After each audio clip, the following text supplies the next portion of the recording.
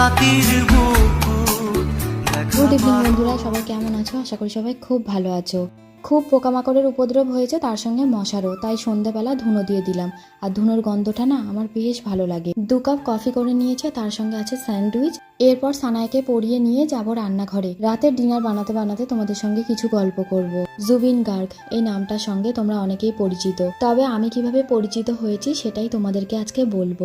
ছোট থেকেই আসামের সঙ্গে আমার একটা যোগসূত্র আছে। ছোটবেলায় অনেক ভালো ভালো সময় আমি সেখানে কাটিয়েছি। সেখানকার সবুজ পাহাড়, ব্রহ্মপুত্র নদী, সেখানকার বিহু উৎসব, সেখানকার পোশাক আশাক, অসমীয়া ভাষা আর জুবিন গার্গ তার প্রতিটা গান হৃদয় ছুঁয়ে যায়। সত্যি বলতে পুরো আসামের মানুষ তার জন্য পাগল।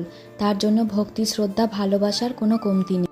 আসামের অলিতে গলিতে, দোকানে বাজারে সব জায়গায় জুবিন গার্গের গান বাজতে থাকতো।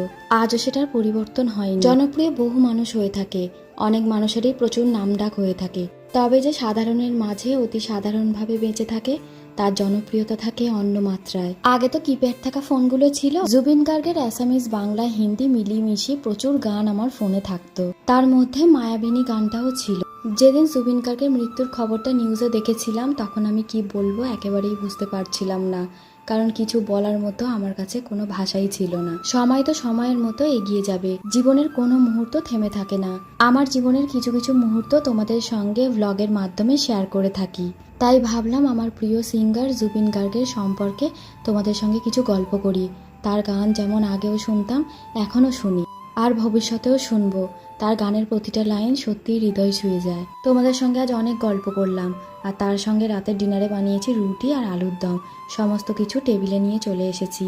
আর সানায়াকে না অনেকক্ষণ আগেই ডিনার করিয়ে দিয়েছি। এবার আমরা দুজন ডিনার করে নেব। ব্লগটা কেমন লাগলো জানিও। দেখা হবে আবার একটা নতুন ভিডিওতে।